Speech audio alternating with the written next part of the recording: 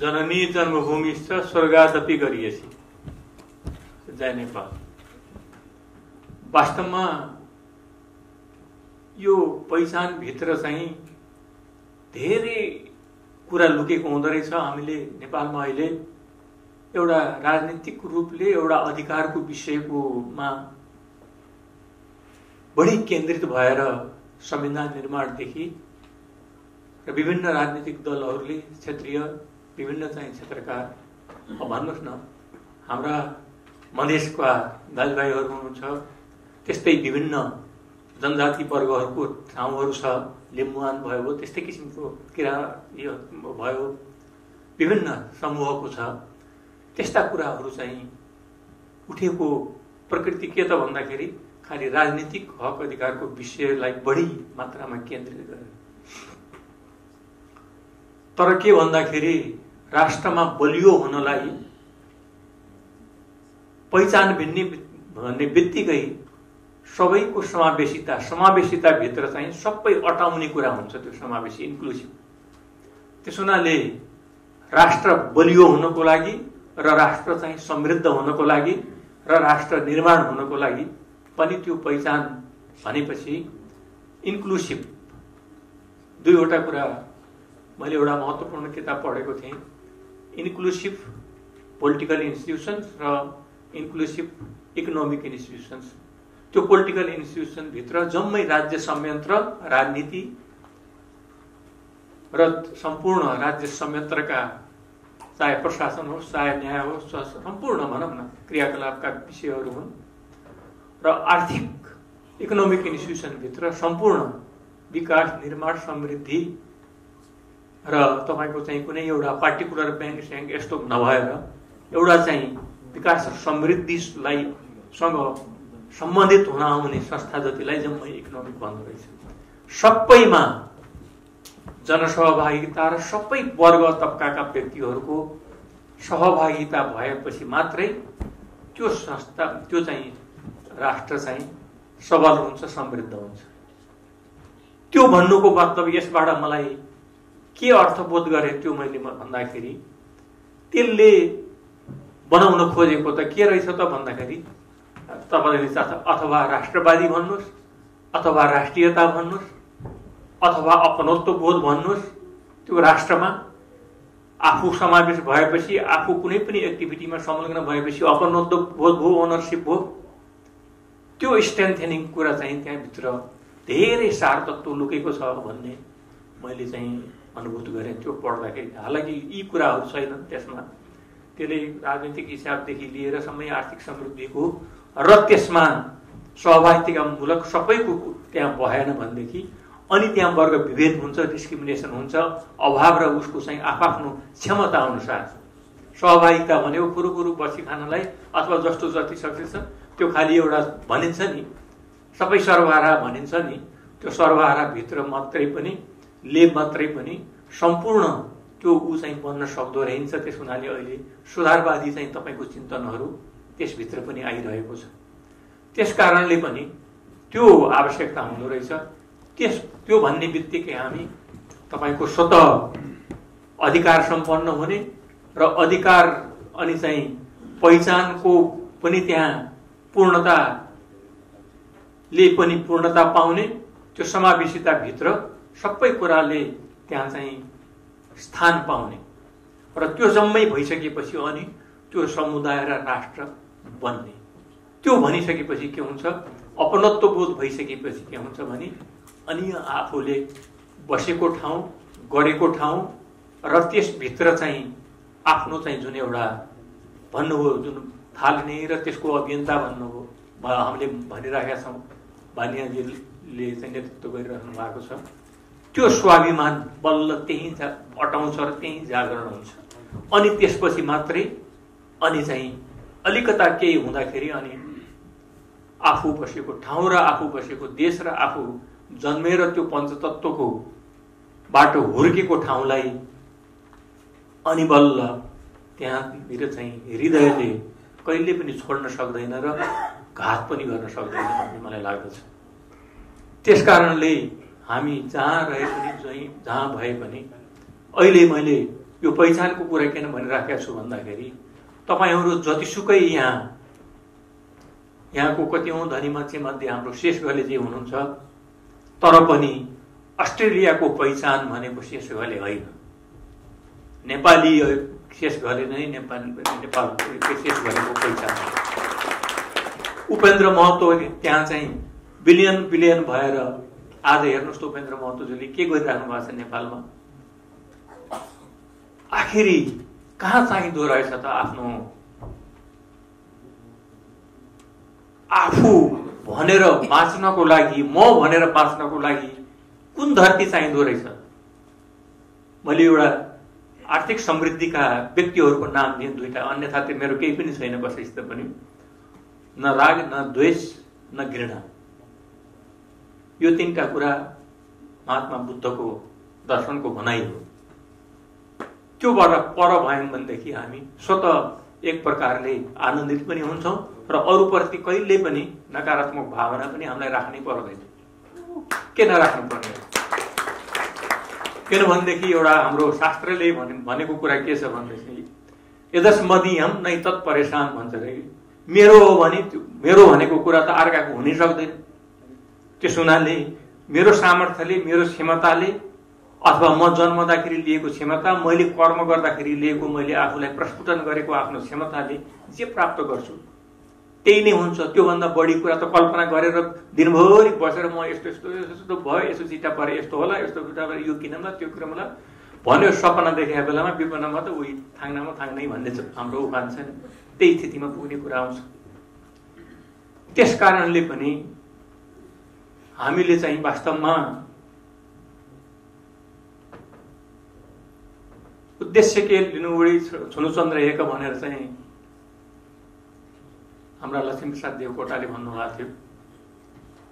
एउटै कुरा के त भन्दाखेरि हामीले विवेकानन्दले भनेको एउटा चाहिँ त्यसलाई पनि म सँगसँगै जोड्न चाहन्छु। असम्भवको सीमा जान्ने तरिका के हो रे भन्दाखेरि सम्भवलाई नाग्नु। सम्भवलाई नाग्न प्रयत्न गर्यो भने असम्भवको सीमा जानिन्छ। भन्नुको मतलब असम्भव सधैँ छैन भन्ने कुरा आउँछ। सम्भवको सीमा नागिसकेपछि असम्भव कुरा छ भन्ने कुरा आउँदैन भन्ने छ। यो विवेकानन्दको चाहिँ अत्यन्त उच्च कोटिको आध्यात्मिक र उच्च कोटिको बौद्धिक दुईटै सँगसँगै भएको व्यक्ति यो धरतीमा जन्मिएको विवेकानन्द भन्ने लाग्दछ मलाई मेरो सानो छोटो अध्ययनले। त्यस कारणले पनि हामीले एउटा चाहिँ प्रयत्न गर्ने हो, पुरुषार्थ त गर्नै हो, तर के भने हामीले आफ्नो स्वाभिमानी भएर बाँच्ने र हामी स्वाभिमान हुनुको लागि हामीले अहिले मैले पहिचानकै कुरा गरेँ। वास्तवमा हामी संसारको जुनसुकै ठाउँमा जस्तो सुकै भए पनि यो पहिचान भन्नेको कुरा अनौठो कुरा हुँदो रहेछ। तर यो राष्ट्र र त आफ्नो कुन समुदायबाट आएको मान्छे हो भन्ने हो, कहाँको मान्छे हो भन्ने कुरा तपाईले दुई पुस्ता हुँदाखेरि पनि हामीले भन्छौं नि यो चाहिँ फलानु मूलको, नेपाली मूलको अमेरिकन, नेपाली मूलको अस्ट्रेलियन, तीन पुस्ता चार पुस्ता जतिसुकै पुस्ता जाओस् न। इभेन राष्ट्रपति भएको बराक ओबामालाई हेर्नुहोस् न, हिजो पोर्ट्रेट राखेको बारेमा मैले चाहिँ न्युयोर्क टाइम्समा त्यो प्लेनमा पढेको थिएँ कि सर हेर्दाखेरि त्यस्तो लाग्यो। आखिरी त्यो रहेछ नि त ऊ। अब यस्तो हुन्छ नि त। अब त्यस कारणले पनि हामीले हो त्यहाँ अवसरहरू हुन सकेन नि कतिपय कुराहरू। मलाई त लाग्छ हामी व्यवसाय मात्रै गर्ने उद्देश्यले हो भने प्रशस्त सम्भावना त्यहाँ नभएका पनि सम्भावना के त सृजना शक्ति जुन हामीमा छ नि त, मानिसमा सृजना शक्ति सबैमा छ। आफ्नो क्षमता अनुसार जति सिप सत्यलाई इमानदारीतापूर्वक हामीले चाहिँ लगनशीलताका साथ लाग्ने हो भने सृजना जति हुन्छ त्यो सृजनाले फल दिने हो। त्यस हुनाले भनिन्छ नि कर्म गर्दै गयो भने सफलता पछि लागेर आउँछ भन्ने छ। एउटा तपाईहरुले धार्मिक ऊ चाहिँ त कति सुन्नु भएको छैन। धार्मिक प्रवचनमा के हुन्छ भन्दाखेरि गीतामै पनि भनिएको छ कि भगवान कसै कहाँ चाहिँ नतमस्तक भएर जाने कुरा भक्ति, भक्त भन्दा भगवान भक्तको अधीनमा भनेपछि कर्म त हाम्रो अधीनमा हो नि त। त्यो अधीनमा बनाउने के हो त त्यसलाई परिभाषित गर्ने भन्दाखेरि पुरुषार्थ हो। त्यस कारणले पनि हामीले पहिला अघि सापकोटाले पनि भन्नुभयो, पहिला आफूलाई चिन्ने र आफूलाई हेर्ने पछि मात्रै अनि दुनियाँ हेर्नुपर्छ भन्ने कुरा आउँछ। पहिला आफूभित्रै आफूलाई बदलियो भने मात्रै संसारले बदलिने हो। भनाइको मतलब हामीहरूको धारणा के कस्तो हुन्छ त भन्दा अरूले गर्दिएन नेपालमा वातावरण नै दिएन वातावरण बन्नुपर्छ भन्ने अभियानमा हामी सबै जुट्ने हो भने त्यो वातावरण बनेरै छाड्छ भन्ने पनि त एउटा शक्ति निर्माण हुन्छ नि त, समयले दिन्छ नि त। हामीले कसैप्रति केही गर्नु पर्दैन, तर सबैको भावना त्यस किसिमको चाहिँ लाग्ने हो भने त्यो एउटा परिस्थिति निर्माण गर्दै जाने हो। परिस्थिति कसले निर्माण गर्ने त भन्दाखेरि व्यक्तिले नै, मानिसले नै परिस्थिति निर्माण गर्ने हो, अरूले निर्माण गर्दैन यो संसारमा। किनभने सृजना शक्ति मानिस मात्र सँगै छ, अरू चाहिँ सँग चाहिँ छैन। त्यस हुनाले जति सृजनशीलता हामीमा भएको सृजनशीलता हामीले देखाउन सक्यौँ भनेदेखि त्यही नै एउटा धरती र माटोको लागि हो भन्ने मलाई लाग्दछ। अब यसको योग अभ्यास, विभिन्न देशका स्थितिहरूको बारेमा, आफ्ना अनुभूतिको बारेमा सापकोटाले पनि भन्नुभयो, प्रेमजीले पनि उदाहरण दिनुभयो। त्यो अहिलेको चाहिँ भिडियो चाहिँ तथ्य आफै बोल्छ, भिडियो आफै बोल्छ भन्ने जुन उदाहरण हो, त्यसले धेरै किसिमको जीवन दर्शन, सन्देश, आजको परिस्थिति सबैको चित्रण गरेको छ भन्ने मलाई लाग्दछ। त्यस कारणले पनि हामीले छातीमा हात राखेर यसो आफूलाई सोच्ने हो भने कतिको परिस्थिति लगभग त्यसको नजिक पुग्नु भएको अवस्थाका मानिसहरू यहाँ हुनुहोला वा यहाँ नआउनु भएको अवस्था होला। मैले नाम लिन पनि चाहन्न, भन्न पनि चाहन्न। एक दुईजना मैले चिनेकै मान्छेहरू मध्ये उहाँहरू करिब धेरै टाढा पनि होइनन्, ठिकै टाढा भनौँ न, त्यस्तो वाला मान्छे 6-7 वर्ष भयो रे यहाँ चाहिँ कुराकानी नै भएको छैन, भेटै भएको छैन। ल हेर्नुहोस् त, हामी काम बाहेक अरू केही रहेनछ भन्नेमा गयौँ कि अथवा कसो भयो। हामी भावना बाँड्न पनि नसक्ने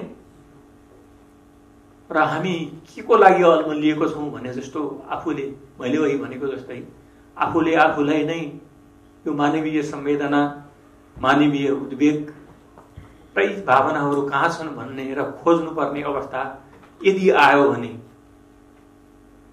हामी नेपाल जस्तो एउटा स्पिरिचुअल हिसाबले उँचो, संसारको उँचो, मैले त त्यही भन्ने गरेको छु, त्यो चाहिँ जुन जसरी पानी बगिरहेको छ यो संसारलाई, भनौँ न हिमालको काठबाट पानी बगिरहेको छ, त्यस्तै किसिमको ऊर्जा र शक्ति यो संसारमा बगिरहेको छ।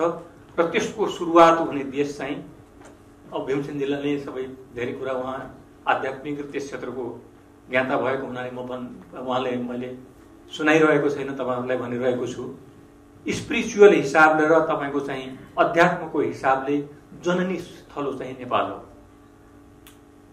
जहाँ जानुहोस् त हेर्नुहोस् त, हरेक ठाउँमा त्यहाँ तपाईँको चाहिँ शक्तिपीठहरू छन्। त्यो भूमि नै सबै ठाउँमा जहाँ गयो त्यस्तै एउटा गुफा देखियो कि भगवानकै भगवान देखिन्छ, कहीँ खन्दाखेरि कुन जमानाको तपाईँको मूर्तिहरू भेटिन्छ। त्यसले के सन्देश दिइरहेको छ त भन्दाखेरि त्यो हाम्रो एउटा पुण्य भूमि हो र जसले मानिसलाई मान्छे भएर बाँच्न सिकाएको भूमि हो। त्यो भूमिलाई हामीले माया गर्न छोड्यौँ भनेदेखि हामी माधव घिमिरेको कविता भने जस्तै नेपालै नरहे हामी कहाँ रहौँला भनेर भने जस्तैको अवस्थामा हाम्रो पहिचान यहाँ 10 पुस्ता भए पनि त्यो पहिचान एउटा टुप्पोमा राखी बसिरहेको हुन्छ र त्यो खालको गर्व र गौरव यहाँ कसै गरी पनि प्राप्त गर्न सकिँदैन। सुविधा र केही भोग होला, त्यो भोग भनेको जीवन रहँदासम्म क्षणिक भोग त हुने, गएपछि 2 दिन हुन्छ, 15 दिन हुन्छ। त्यसो हुनाले वास्तवमा जति बाँच्ने हो त्यो सकेसम्म सार्थकता साथ बाँच्न सक्ने र देश र आफू जन्मेको र आफ्नो पुर्खाले बनाएको भावनात्मक रूपले एउटा नेपाल राष्ट्र जसको आज म भन्छु लक्ष्मीप्रसाद देवकोटालाई सम्झेर आँखाको नानी जस्तै जहिले पनि सामरिक महत्त्वले पनि त्यही नेपाल, अर्को महत्त्वले पनि त्यही नेपाल, गरिब भए पनि नेपालै हो, त्यही चाहिएको छ, त्यही भइरहेछ। त्यस्तो खालको महत्त्वपूर्ण आँखाको नानी भएर बसेको पुण्यभूमि र त्यसलाई हामीले कतै पनि बिर्सनु हुँदैन भन्ने मलाई लाग्दछ। तपाईहरुले यस्ता कार्यक्रमहरूलाई र वास्तवमा बेला मौकामा जम्मा भएर अलिकता अन्तर्क्रिया र केही आफ्ना जेनेरेसनका मान्छेहरूलाई, आफ्ना साना भाइ बहिनीहरूलाई पनि देखाउने, सिकाउने, नेपाली भाषालाई आफ्नो चाहिँ जुन एउटा मातृभाषा हो त्यो भाषालाई सिकाउने चाहिँ कुरा नछोड्नु होला भन्ने मेरो विशेष आग्रह छ।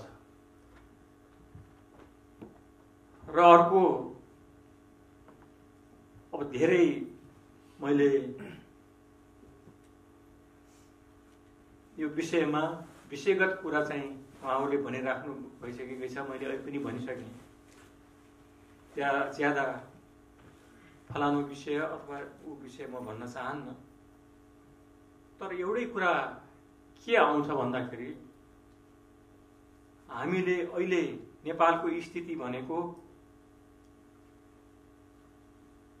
आयातमुखी अर्थतन्त्र, के अरे रेमिटेन्सबाट चाहिँ चलेको त्यो एउटा तपाईको उपभोक्तावादी समाज, देखासिखी गर्ने समाज प्रवृत्ति बढ्दो र तेस्रो चाहिँ तपाईको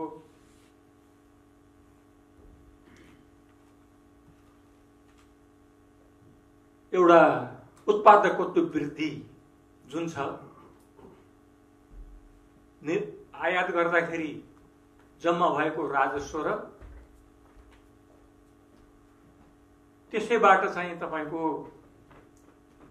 उठाएर खर्च चलाउने, रेमिटेन्सबाट चाहिँ समाजका, अर्थात् मैले एउटा प्रतीकात्मक भाषा भनेको छु, तपाईहरुले कसैलाई लान्छन लगाएको छैन। तपाईहरुले पठाइदिएको पैसामा त्यहाँ घर परिवार चलाएर चाहिँ बस्ने त्यस्तो प्रवृत्ति बढ्दो हुँदै जाँदाखेरि हाम्रा उत्पादनमुखी अर्थतन्त्र चाहिँ रासनमुख अवस्थामा भएको अवस्था र तर्फ गइरहेको स्थितिमा अनि हाम्रो आर्थिक अवस्था स्वावलम्बी र हामी अनुदान हात थापेर अनुदान माग्ने भिखारी तपाईको चाहिँ सरकारको परिणत हुने स्थितिमा राष्ट्र कसरी अगाडि बढ्छ भन्ने मलाई लाग्दछ। अनि हाम्रो राष्ट्र, हामी कति स्वाभिमानी नेपाली हुन सक्दछौँ। अब एउटा अच्युत वाग्लेजीले बडो राम्रो विश्लेषणात्मक लेख लेख्ने मान्छे लाग्छ मलाई, बडो समालोचनात्मक ढङ्गले लेख्नुहुन्छ उहाँले। उहाँको मैले एउटा बडो सटिक चाहिँ यहाँ पढेको थिएँ। रित्तो सरकारी ढुकुटी, बैंकिङ प्रणालीको तरलता सङ्कट, घट्दो रेमिट्यान्स प्रवाह, अब यो घट्दो छ, चुलिँदो व्यापार घाटा, घट्दो उत्पादकत्व, शून्य आन्तरिक रोजगारी सृजना आदि लगायत सबै समस्या एकैपटक सतहमा आएका छन्। अब त्यसले नेपालको समस्या कहाँ पुर्याउँछ भन्ने कुराको एउटा मार्मिक चित्रण उहाँले राख्नु भएको थियो। र वास्तवमा अहिलेको अवस्था हेर्ने हो भनेदेखि अब अहिले अलिकता मैले संविधान सभाको दोस्रो निर्वाचन गराइसकेपछि संविधान बन्यो र अहिले सबै तहका निर्वाचन भएर एउटा प्रक्रियामा अगाडि बढेको अवस्था त छ। तर यहाँ दुईटा कुरा चाहिँ महत्त्वपूर्ण कुरा, तर त्यो चाहिँ कता कता त्यो लुकामारी गरेर यसो लुकेर बसिरहेको अवस्थामा छ। एउटा त्यो सशस्त्र द्वन्द्वमा 10 वर्षको जनयुद्धमा 17,000 मानिस मारिए, 3,000 भन्दा बढी विस्थापित भए भन्ने एउटा तथ्याङ्क छ। अब बेपत्ता भयो, विस्थापित होइन बेपत्ता। विस्थापित त कति भयो तिनीहरूको अवस्था चाहिँ अहिलेसम्म 3टा आयोग 2टा आयोग बन्यो। त्यसमा मैले फैसला गरेका थिएँ यो आयोग बन्नुपर्छ र एउटा मुद्दामा तिनीहरूलाई केही क्षतिपूर्ति दिने र यसलाई सम्बोधन कुनै पनि हालतमा सम्बोधन गर्न समय दिनु हुँदैन र तुरुन्त कानुन बनाउनुपर्छ भनेर आदेश दिएको थियो म न्यायाधीश हुँदाखेरि, प्रधान न्यायाधीशभन्दा अगाडि। ती आयोगले 3 वर्ष काम गरेको अवस्था छ। हजारौं हजार त्यहाँ उजुरीहरू छन्। अहिले पनि 1 वर्ष म्याद थपिँदैछ। आयोग चाहिँ त्यो कानुन पुगेको छैन, यसो छैन भन्छ। अन्तर्राष्ट्रिय मापदण्ड पुगेन भनेर अन्तर्राष्ट्रिय ह्युमन राइट्स कमिसनहरूको टिप्पणी छ र अब त्यो आयोग अलमलमय अवस्था छ। अब 1 वर्ष अरू म्याद थपिएको अवस्था छ। ती द्वन्द्व पीडितहरूको लिएर त्यसबाट प्रभावित जनशक्ति धेरै छ, तर त्यसले अहिले परिवर्तनको सङ्घारमा केही हुन्छ कि भनेर आश गरेर बसेका छन् एकापट्टि। दोस्रो, मधेस आन्दोलन लगायत केही जनजातिका कुराहरू पनि अलिकता अहिलेलाई निर्वाचनमा भाग लिएर पनि तपाईहरुको चाहिँ मधेसवादी दलहरूले त्यो मधेसी एजेन्डा हाम्रो संविधान संशोधनको एजेन्डा गएको छैन, त्यो बाँकी नै छ भनेर उहाँहरूले त्यो एजेन्डालाई बचाइराख्नु भएको छ र त्यो हाम्रो हक अधिकारको चाहिँ प्रश्न यथावत छ भन्ने कुरा त्यहाँ छ। अहिले चाहिँ त्यो कुरालाई, यी दुईटा कुरालाई सही भनौँ न, आवश्यकता अनुसार त्यो पीडितको द्वन्द्व पीडितहरू महत्त्वपूर्ण कुराहरू छ र त्यसलाई शान्ति सम्झौताले सम्बोधन गर्ने भनियो। आजसम्म सम्बोधनले तिरै निष्कर्ष पुगिसकेको छैन र त्यसले एडाले लेखमा मैले पढेका थिएँ कतिपय कुराहरू त्यो खरानीमा ढाकिएर छोपिएर बसे पनि कहिले त्यो उडेर चाहिँ आगोको रूपमा चाहिँ सल्किन र अगाडि सार्छ, समस्याको रूपमा त्यो भन्न सकिँदैन भनेर लेख लेख्नु भएको थियो। त्यो बडा मार्मिक छ। यसबाट के देखिन्छ भने समस्याको समाधान हामीले त्यस्ता गर्दै गऱ्यौँ भने विभिन्न तत्त्वहरूले र ती पीडितको मनले पनि कुनै न कुनै दिन भएन भन्ने धारणा बढ्दै जाँदा समस्या खडा हुन्छ भन्ने मलाई लाग्दछ। त्यस कारणले पनि यस्ता कुराहरूलाई सम्बोधन गर्न सरकारले चुक्यो भनेदेखि समयमै सम्बोधित गर्दै समस्यालाई अगाडि समाधान गर्दै राष्ट्र निर्माणको गतिलाई अगाडि बढ्न सकिएन भनेदेखि पुरा नारा र सिद्धान्तले केही पनि दिँदैन, परिणाम दिँदैन भन्ने मलाई लाग्दछ। त्यस हुनाले अबको समृद्धि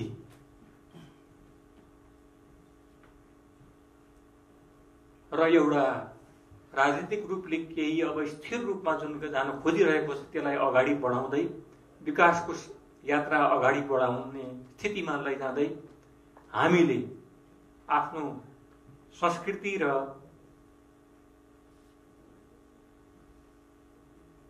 हाम्रा परम्परा जुन हुन् त्यो अर्को एउटा पहिचान हो, त्यसलाई हामीले संरक्षण गर्न सकिएन भनेदेखि हाम्रो पहिचान फेरि पनि त्यहाँ पनि त लड्ठाउँछ।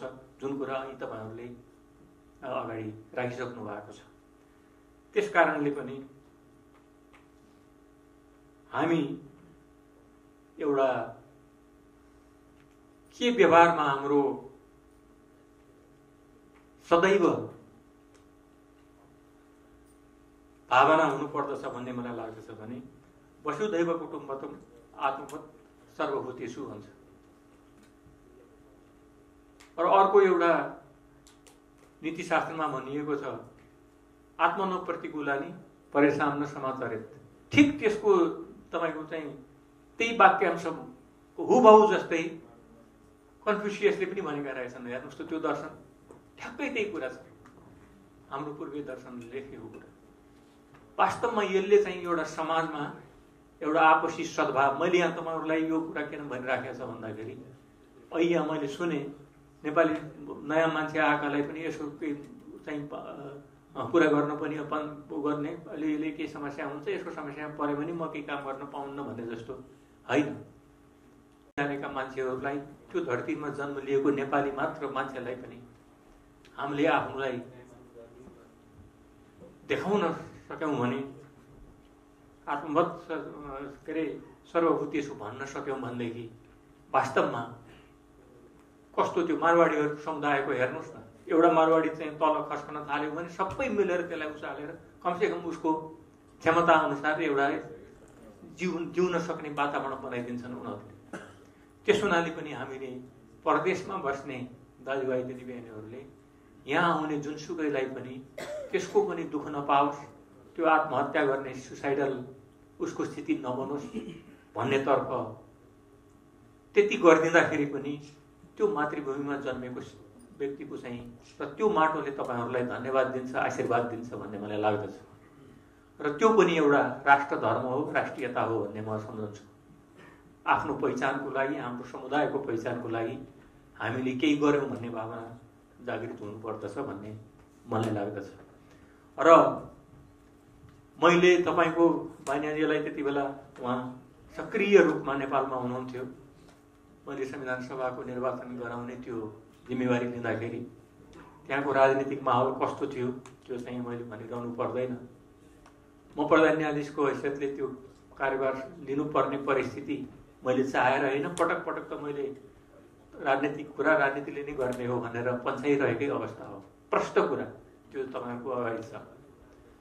तर अन्तिममा पनि गर्नै पर्ने भयो भनेर आइसकेपछि सबै राजनीतिक दलहरू आएर मेरो प्रधान न्यायाधीशको बैठकमा गर्नुपर्छ भनेर अनुरोध गरिसकेपछि मैले अर्को दिन यसो विचार गरेँ, म एउटा न्यायाधीश देशको लागि पनि न्याय गर्ने हो, परिआएको समस्या फुकाउने कुरा नै न्याय हो, समस्याको सम्बोधन रेमेडी दिने पनि न्याय हो। त्यस कारणले अनि अर्को म यही धरतीमा यही धरतीपुत्र हुँ, त्यस हुनाले यहीँका जनता नेपाली जनताको सेवक हुँ। यो मेरो पद पनि त्यही सेवा गर्नको लागि बनेको पद हो। त्यस कारणले यो दुईटा कुरालाई पनि मैले सम्झनुपर्छ भनेर मैले त्यो कुरा स्वीकार गरेर गएँ। कहीँ सिद्धान्तका कुरा जवाफ ल्याउने, फलाना गर्ने, ठिकाना गर्ने, अझ पनि एक दुईवटा लेख्ने त्यस्ता मान्छेहरू छन्, लेखनदासी मान्छेहरू, र धेरै आलोचनात्मक कुराहरू पनि आए। कतिपय कुराहरू केही राजनीतिक मान्छेहरूलाई पनि चित्त बुझेन।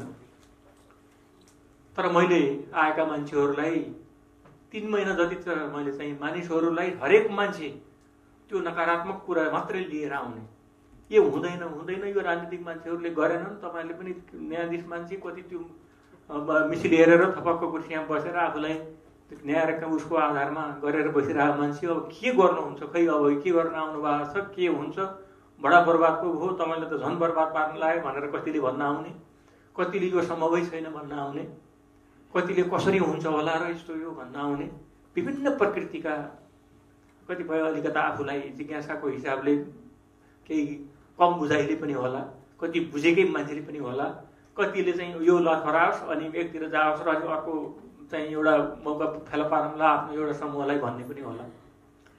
मैले त 3-4 महिना जति त मैले जबसम्म त्यो निर्वाचन मिति घोषणा गर्ने अवस्थामा पुगेको थिएन, मान्छेहरूलाई अधिकतम भेट्ने मान्छेहरूलाई जति मान्छेहरू भेट्न आउने उस नकारात्मक कुरा मात्रै लिएर आउने, उहाँहरूलाई लाग्ने कसरी होला यत्रो राजनीति मान्छेहरूले यो व्यवस्था नगरेको कुरा। अब एउटा न्यायाधीश म कुनै चुरीफुरी गरेर यसो उसो तामझाम गरेर हिँड्ने मान्छे पनि होइन, आफ्नो कर्म र एउटा चाहिँ पेसामा निष्ठ र न्यायप्रतिको निष्ठा राखेर बसेको मान्छे, त्यही अनुसारको सम्पादन गरेर गएको मान्छे। अनि मैले भन्थेँ हेर्नु नगरे कहिले गर्ने, खै र भन्नुहुन्थ्यो। होइन, यो खै शब्द पनि डिक्सनरीबाट हटाउनुपर्छ। खै भन्ने खै यस्तै हो, के होला र, हाम्रो नेपालीहरूको बानी नै त्यही भनेर पनि सम्झाउँथेँ मैले। अहिले पनि त्यही हामीले तपाईँहरूलाई पनि खै नेपालमा के होला र, यस्तै छ यो नेपालको यो हालखबर भन्दै हामी सबै नेपाल कसले खै होइन भनेर नभन्दैन त। त्यस हुनाले यसरी हुँदैन, एक थुक त हुनु पर्यो नि त, यत्तिकै रहन दिने हो त देशका हालत। त्यस हुनाले गराएरै छोड्नुपर्छ, तपाईँहरूको सहयोग चाहिन्छ, किन हुँदैन। त्यही छोडेर म आएको, म बाटा हिँड्ने मान्छे होइन, थपक्क पदमा बसेका मान्छे, आफ्नो एउटा जिम्मेवारी लिएर बसेका मान्छे भनेर मैले चाहिँ तपाईँको चाहिँ मानिसहरूलाई सकारात्मकमा बनाउँदै लैजाँदै अनि त्यसपछि मैले जहिले चाहिँ तपाईँको आफूले त्यो निर्वाचन मिति घोषणा गरिसकिनँ, त्यो घोषणा भइसकेपछि अनि त्यस्तो मान्छेहरूको आएर भन्ने सङ्ख्या हराउँदै गयो र अन्ततिर गएर अब निर्वाचन हुन्छ कि हुँदैन गर्न प्रयत्न त गरिराख्नु भएको छ, हुन्छ कि हुँदैन, खै बाहिर त माहौल बनेको छैन भन्थे। मैले भनेपछि त्यहाँ मान्छे जान्छन्, बक्सा राख्छन्, जनता भोट हाल्न आउँछन्। तपाईँहरू भोट हाल्न जानु पर्यो, जनता आउँछन्। हेर्नुहोस्, यो जनतालाई मैले बुझेको छु, आत्मसात गरेको छु। नेपाली जनता जहिले पनि यो कष्ट र समस्यालाई समाधान कसरी हुन्छ भन्ने कुराको एउटा विश्वसनीय वातावरण पायो भने त्यहाँनिर उहाँको विश्वास अड्छ। त्यस हुनाले मलाई 100% विश्वास छ। हेर्नुहोस्, चुनाव हुन्छ, नेपाली जनता भोट हाल्न आउँछ।